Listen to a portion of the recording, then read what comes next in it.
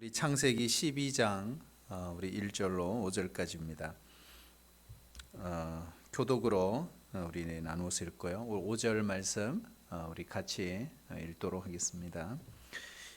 여호와께서 아브라함에게 이르시되 너는 너의 고향과 친척과 아버지 집을 떠나 내가 내게 보여줄 땅으로 가라.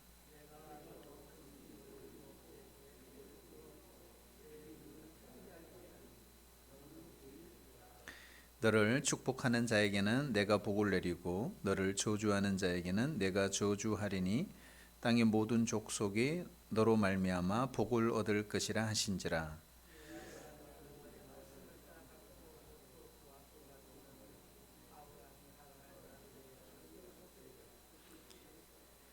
아브라함이 그의 아내 사레와 조카 롯과 하란에서 모은 모든 소유와 얻은 사람들을 이끌고 가나안 땅으로 가려고 떠나서 마침내 가나안 땅에 들어갔더라. 아멘. 우리 오늘부터 해서 우리 아브라함 우리 인물에 대해서 공부를 하겠습니다. 앞으로 쭉 우리 성경에 나와 있는 중요한 인물들을 같이 나누면서 은혜를 받았으면 좋겠습니다. 우리가 구약의 이야기를 할 때 구약 이야기를 우리가 잘 이해하려면 반드시 거쳐가야 될 관문 중에 하나가 아브라함이라고 하는 사람입니다. 우리가 구약 성경에 나와 있는 여러 가지 믿음의 역사를 풀어가려면 반드시 아브라함을 통과해야 합니다. 우리가 아브라함을 통해서요 신약과 구약의 맥을 짚을 수가 있습니다. 아브라함은 마태복음에 보면 마태복음 1장에 예수님의 족보가 나오는데 그 예수님의 족보에 가장 먼저 등장하는 인물이 누구예요? 아브라함입니다. 그것이 마태복음 1장 1절이잖아요. 아브라함과 다윗의 자손 예수 그리스도의 계보라. 그러니까 예수님 족보 이야기하면서 첫 번째 인물이 아브라함을 언급을 하고 있는 것. 이것은 대단한 의미가 있어요. 그래서 신약의 시작이신 예수님, 은혜의 시대 시작하신 예수님. 그런데 우리 구약의 믿음의 조상이라는 아브라함. 그러니까 이 아브라함이라는 사람은 바로 신약과 구약의 맥을 우리가 짚어갈 때 반드시 다루어야 될 중요한 인물이라는 것을 알 수 있습니다. 로마서 4장 16절에 보시면요 이런 말씀이 있어요. 율법에 속한 자뿐만 아니라 아브라함의 믿음에 속한 자에게도 그러하니 아브라함은 우리 모든 사람의 조상이라. 그러니까 아브라함은 모든 믿는 사람의 조상이라는 것입니다. 그러므로 우리는 모두 다 아브라함의 자손입니다. 그래서 믿음을 가진 모든 사람들은 아브라함의 자손입니다. 우리 갈라디아서 3장 7절 우리 같이 읽어볼까요? 시작. 그런즉 믿음으로 말미암은 자들은 아브라함의 자손인 줄 알지어다. 아멘. 그러니까 우리가 예수님을 믿을 때 바로 우리가 아브라함의 후손, 자손이 된다는 것입니다. 아브라함의 자손이 될 뿐만 아니에요. 우리가 아브라함의 자손이 되면 아브라함의 복을 받는다 그랬어요. 자, 갈라디아서 3장 9절 우리 같이 읽어볼까요? 시작. 그러므로 믿음으로 말미암은 자는 믿음이 있는 아브라함과 함께 복을 받느니라. 아멘. 여러분, 아브라함에게 주셨던 그 복을 하나님 우리에게 꼭 주시기를 축복합니다.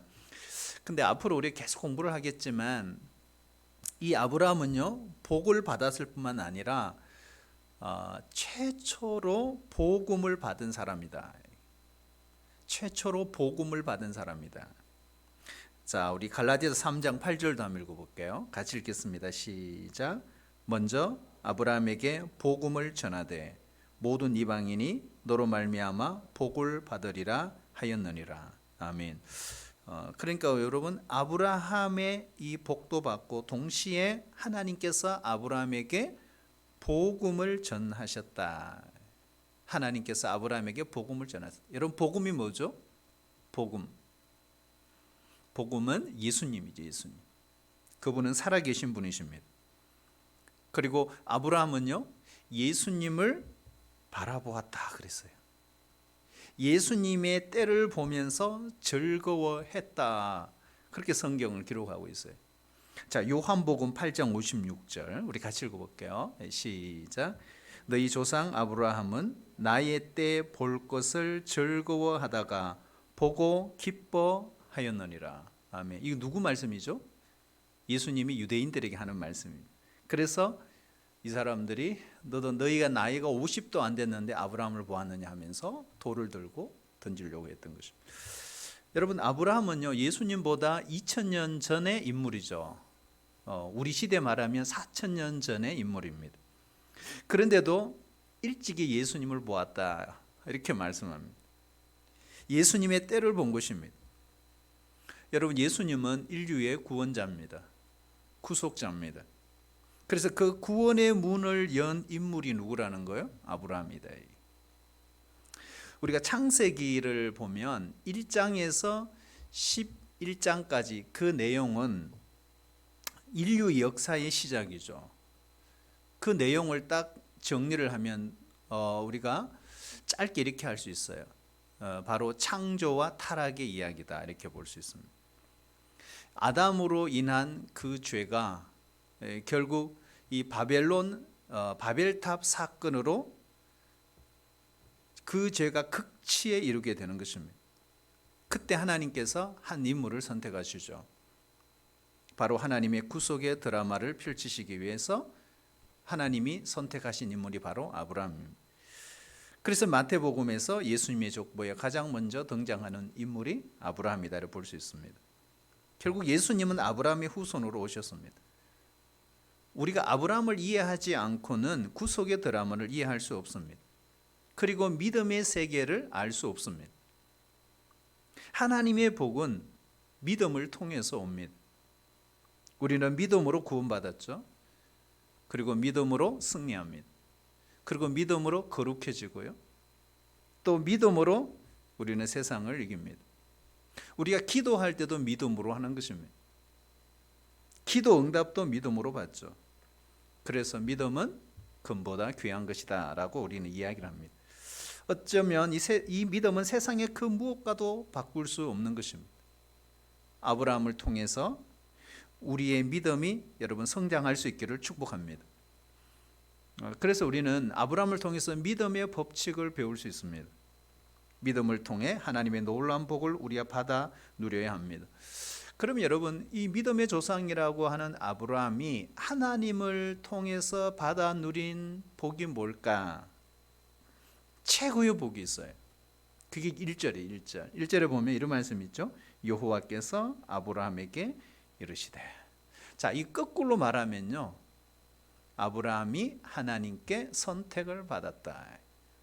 여러분, 우리가 하나님으로부터 하나님의 자녀로 부름받은 것, 이게 최고의 복이죠.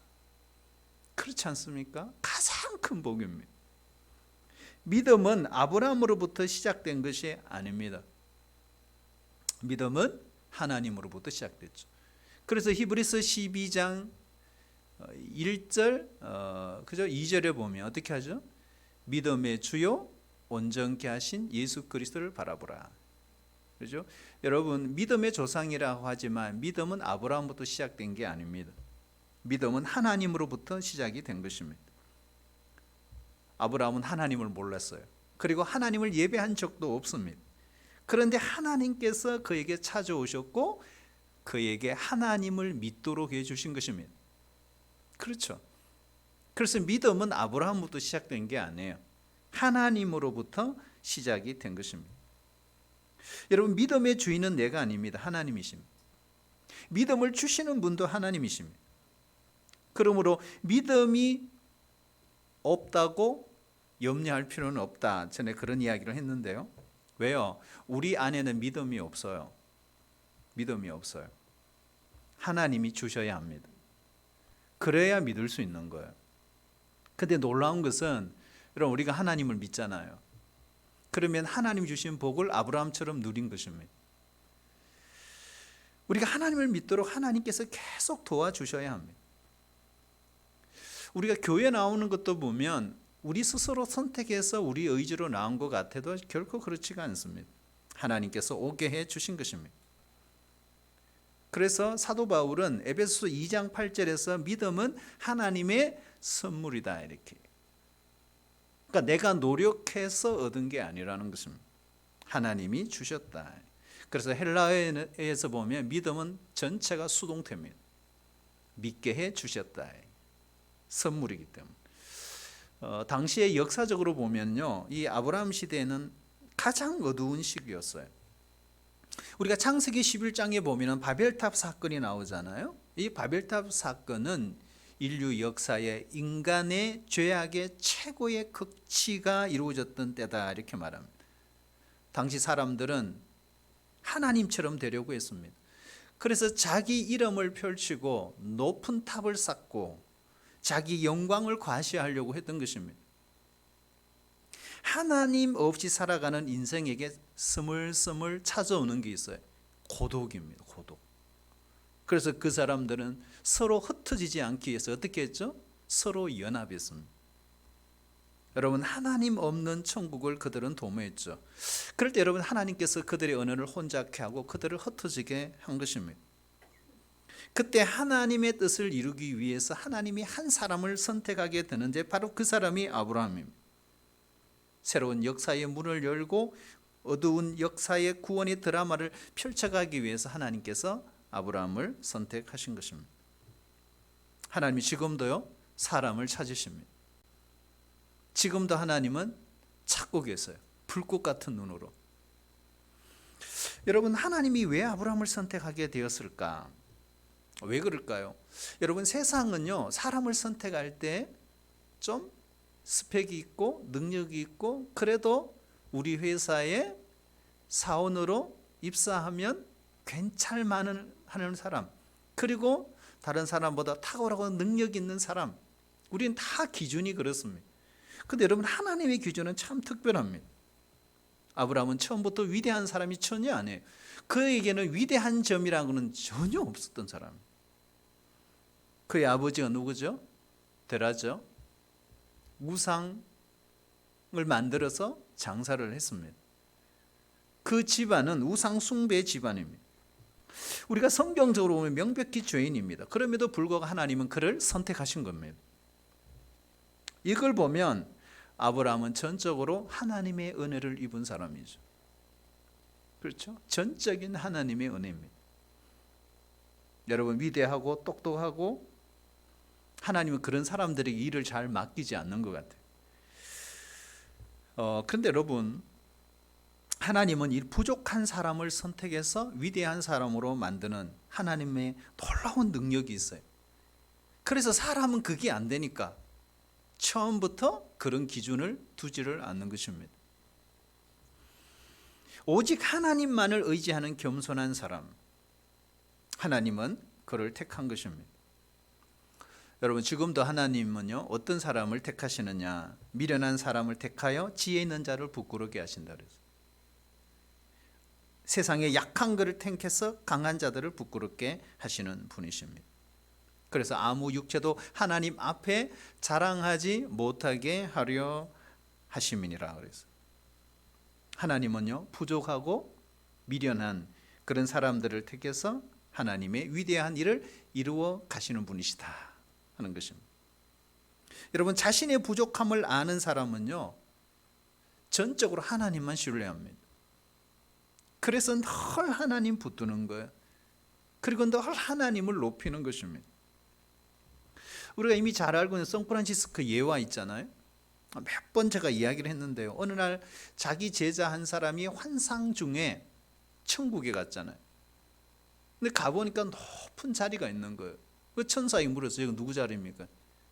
너 스승 성프란시스의 자리다. 그러니까 괜히 질투가 나는 거예요. 나중에 환상에서 깨어난 이 제자가 선생님께 이렇게 묻습니다. 선생님은 자신을 어떤 사람으로 생각합니까? 이렇게 물었어요. 그러니까 이렇게 말합니다. 나는 이 세상에서 가장 악한 사람이지. 여러분, 이미 이 말 속에 겸손이 묻어나잖아요. 그러니까 이 제자가 막 화가 난 거예요.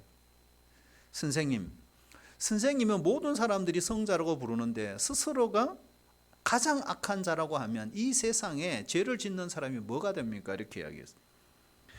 참, 그런데 여러분, 역시 성자는 달라요. 성 프란시스는 웃으면서 아주 편안하게 이렇게 대답을 했다고 하잖아요. 자네는 나를 잘 몰라서 그러네. 만일 내가 받은 이 은혜를 다른 사람이 받았다면 그들은 나보다 훨씬 더 위대한 사람이 되었을 것일세. 내가 얼마나 많은 은혜를 받고 사는지 자네는 모를 걸세. 참 대단하지 않습니까? 여러분, 하나님께서 성 프란시스를 선택한 이유를 여러분은 아시겠죠? 바로 겸손입니다. 하나님의 은혜를 알고 그 은혜를 믿고 하나님을 의지하는 그 겸손. 그래서 우리가 받은 가장 큰 축복이 있다면 이겁니다. 따라해 주실래요? 하나님의 선택을 받은 것입니다. 가장 큰 은혜입니다. 가장 큰 은혜. 여러분, 하나님이 우리에게 믿음을 주신 것입니다. 그리고 믿음의 길을 걷게 하신 것입니다. 너무나 평범했던 아브라함이죠. 그리고 우상을 숭배했던 아브라함입니다. 하나님이 어느 날 그에게 찾아오신 거예요.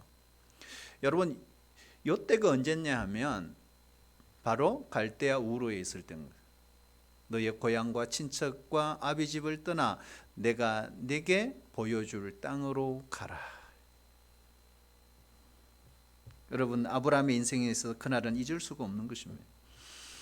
여러분, 우리가 예수님 만났던 그 순간, 여러분 그때 그 기억은 결코 우리 인생에 잊혀지지 않습니다.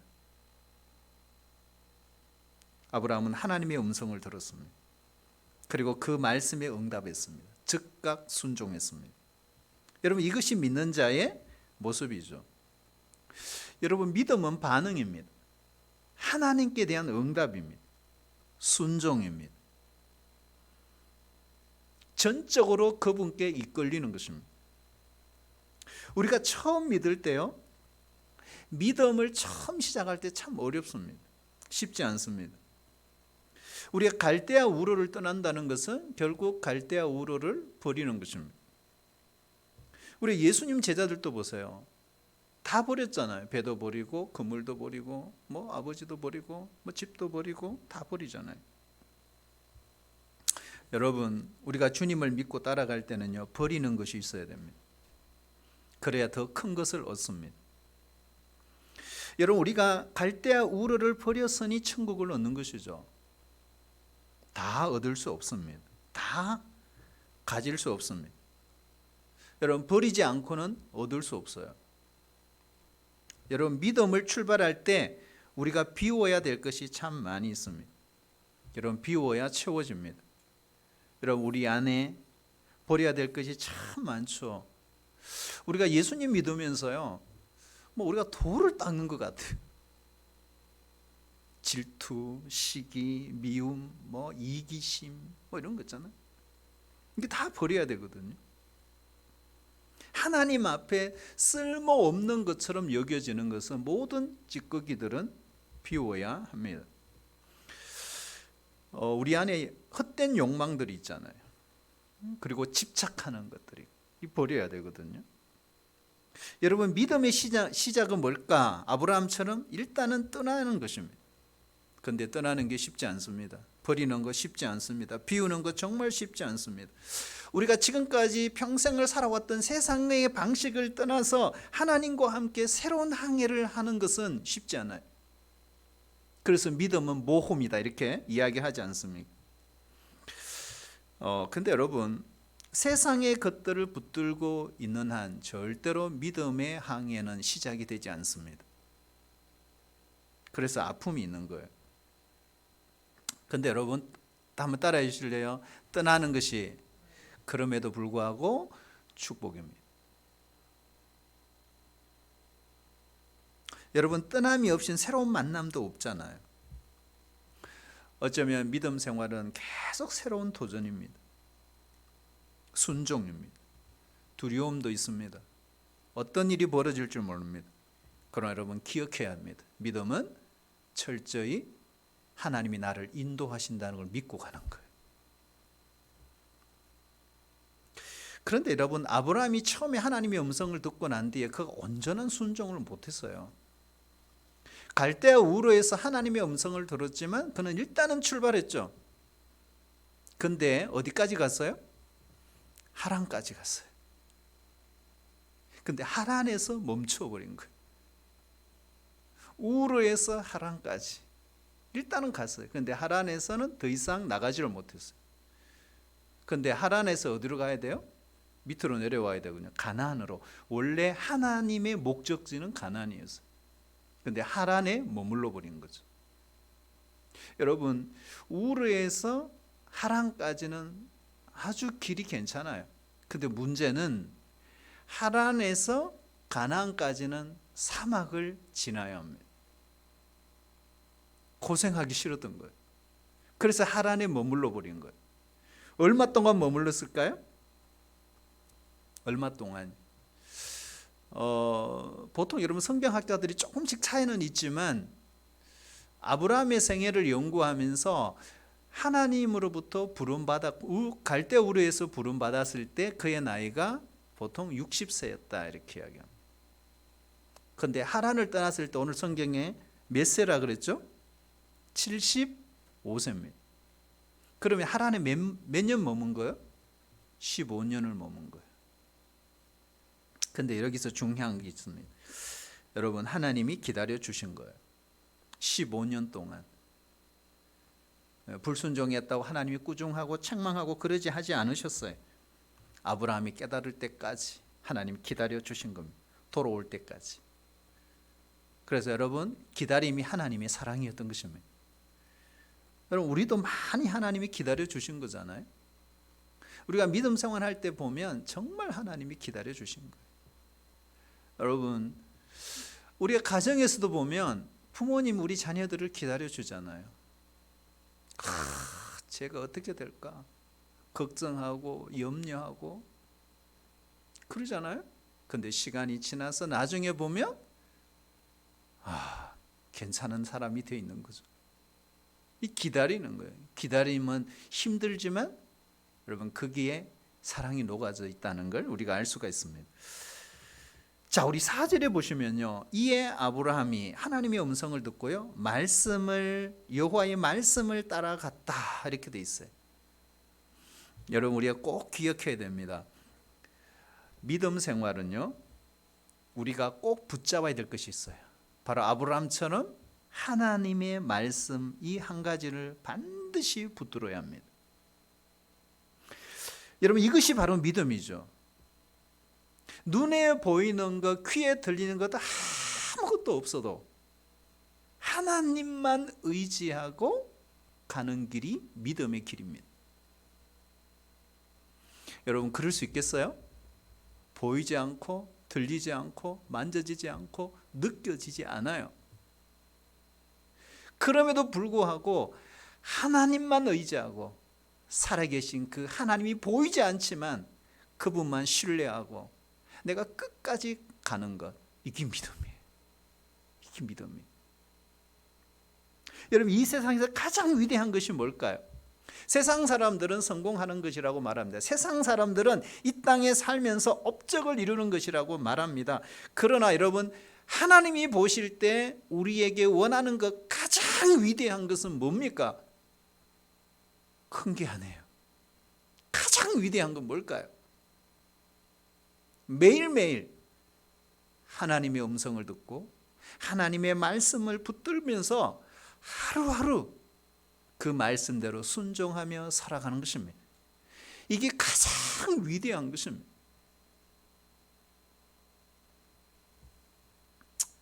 여러분, 사람을 의지하지 않기를 바랍니다. 물질을 의지하면 안 됩니다. 오직 하나님만 의지하는 것, 이게 바로 믿음이에요. 아브라함은요, 하나님을 한 번도 본 적이 없어요. 그런 일생 동안 하나님을 한 번도 경험한 적이 없습니다. 그런데도 그냥 말씀 믿고 순종한 거예요. 이게 믿음이에요. 여러분, 우리에게도 하나님께서 이런 믿음을 꼭 주시기를 바랍니다. 아브라함을 통해서 이런 믿음의 훈련을 우리가 해야 합니다. 근데 여러분, 오래 교회 다녔다고 믿음이 있느냐? 그렇지가 않더라고요. 이게 참 아이러니한 건데요. 아무리 교회에 오래 다닌 사람이라 할지라도 믿음이 없을 수 있어요. 그런데 교회 나온 지 몇 달 안 되는데도 믿음이 있을 수 있습니다. 그래서 신앙의 연륜이 몇 년이냐? 이것은 믿음의 세계에서 그렇게 중요하지 않습니다. 여러분, 이성으로, 우리의 상식으로, 우리의 경험적으로 이해되지 않지만 중요한 것이 있어요. 성경이 하나님의 말씀으로 믿어지고 그 말씀에 순종하는 사람이라면 그 사람은 믿음이 있는 사람입니다. 여러분, 믿음은요, 순종하는 것만큼 깊어집니다. 순종하는 깊이가 믿음의 깊이예요. 그래서 여러분, 진짜 믿음이 있고 가짜 믿음이 있는 것입니다. 오늘 본문의 4절 후반부에 보세요. 오늘 이 본문에 두 사람이 등장하죠. 아브라함만 아니에요. 또 누가 등장하죠? 아브라함의 조카 롯이 등장합니다. 근데 특징이 보세요. 성경 읽어보세요. 아브라함은 하나님의 말씀을 따라갔고 롯은 누구를 따라갔어요? 아브라함을 따라갔다.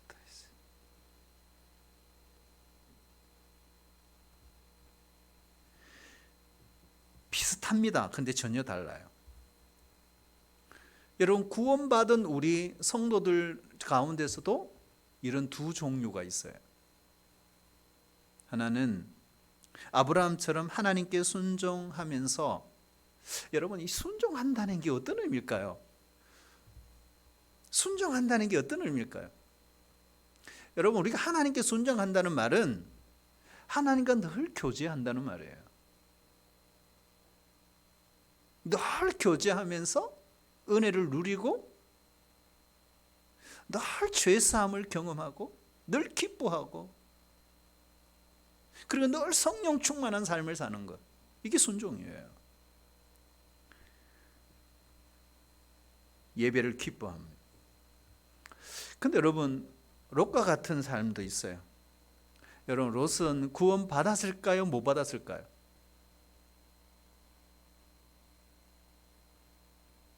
네? 나중에 여러분, 소돔과 고모라에 가서 살잖아요. 근데 거기서 또 불 가운데서 구원을 받죠. 소할 땅에서 삽니다. 그리고 그 자손들이 번성하죠. 롯이 구원 받았을까 못 받았을까? 뭐 이런 질문. 삼손이 구원 받았을까 못 받았을까? 뭐 가룟 유다가 여러분 구원 받았을까 못 받았을까? 여러분, 광야에서 40년 동안 생활하면서 20세 이상의 성인들은 광야에서 다 죽었습니다. 그 사람들은 구원 받았을까요? 못 받았을까요? 여러분, 집에 가서 기도하시면서 하나님께 물어보시기 바랍니다. 여러분, 베드로 후서 2장 7절에 보면요, 롯이 구원 받은 걸로 나와요. 의인 롯, 이렇게 나와요. 말하자면 뭘까요? 비록 구원은 받았지만 롯은 구원받기 이전에 부패한 그 본성대로 산 사람입니다. 제대로 하나님 앞에 예배 한번 드리지 못한 사람이에요. 말씀에 대한 갈증이 없는 사람이에요. 그냥 세월만 축내는 거예요. 속 사람이 부패할 대로 부패해버린 것이죠. 그래서 소돔과 고모라를 찾아가는 것입니다. 영적으로 빼빼 마른 사람들입니다. 이런 사람들의 특징은 영이 육신을 지배해요. 아니죠? 영이 육신을 지배하는 것이 아니라 육신이 영을 지배하는 거죠. 고린도 교회를 향해서 사도 바울이 고린도 교회 이야기를 하면서 너희들 중에는 육신에 속한 자가 있다. 육신에 속한 그리스도인, 어린 아이에 불과한 그리스도인, 육적 신자가 있다. 그 육적 신자의 특징이 뭐예요? 말씀을 사모하는 마음이 없어요. 하나님을 갈망하지 않아요. 뭐 한 주, 두 주, 한 달 성경 안 읽어도 아무런 이상이 없어요. 부담이 전혀 안 생겨요. 여러분, 사람이 좀 아프면요 입맛이 없잖아요. 쓴 약을 먹으면 별로 먹고 싶지도 않아요. 영적으로 똑같아요. 영적으로 아프면요 말씀이 당기지를 않습니다. 그런데 여러분, 믿음이 딱 들통날 때가 있어요. 언제요? 위기가 찾아오면, 고난이 찾아오면, 고통이 오면 진짜 믿음을 가진 사람은 그 역경을 극복합니다. 하나님이 보이지 않고 하나님이 음성에 들리지 않고 정말 죽을 것 같은 위기가 와도 견뎌냅니다. 그러나 여러분, 거짓된 믿음을 가진 사람은 그렇지 않습니다. 겉으로 볼 때는 화려해 보이지만 쉽게 포기합니다. 좌절합니다. 절망해 버립니다. 사랑하신 여러분, 우리가 하나님의 말씀을 끝까지 따라가시기를 축복합니다. 사람 따라가면 안 됩니다. 환경 따라가면 안 됩니다. 여러분, 그렇게 따라가다 보면 우리가 얻는 것은 딱 두 가지입니다. 실망과 상처밖에 없습니다. 우리는 주님만 바라보고 주님만 의지하고 주님만 따라가야 합니다. 그래서 여러분, 우리가 아브라함을 이렇게 보면 믿음은 모험이가 하는 것을 알 수 있습니다. 가나안 땅에 들어와서도 여러분 계속 포기했지만 계속 시련의 연속입니다. 고난의 연속입니다. 그래서 여러분, 이거는 어떤 인간의 힘으로 이겨낼 수 있는 상황이 아니에요. 그래서 믿음을 가졌다면 이런 기회들이 왔을 때 모험을 할 수밖에 없는 일들이 너무 많고요. 여러분, 모험을 한다는 말은 뭐냐면 무모함을 하는 것이 아니에요. 무모함을 말하는 것이 아니라 하나님께 모든 것을 내어 맡긴다는 뜻입니다.